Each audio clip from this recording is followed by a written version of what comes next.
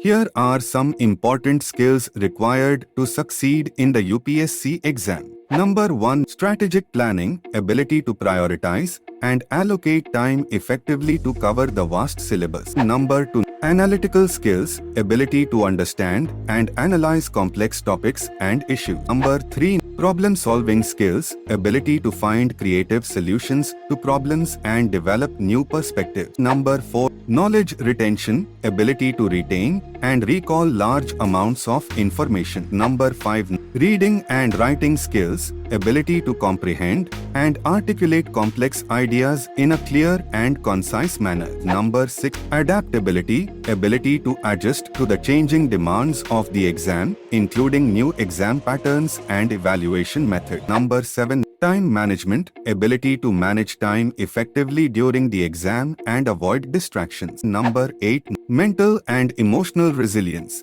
ability to handle stress and maintain focus and motivation during the long preparation process. Number 9. Cultural and historical awareness, knowledge of India's history, culture and heritage, and an understanding of current affairs and global events. Developing these skills will help you perform well in the UPSC exam and achieve your goal of becoming a civil servant.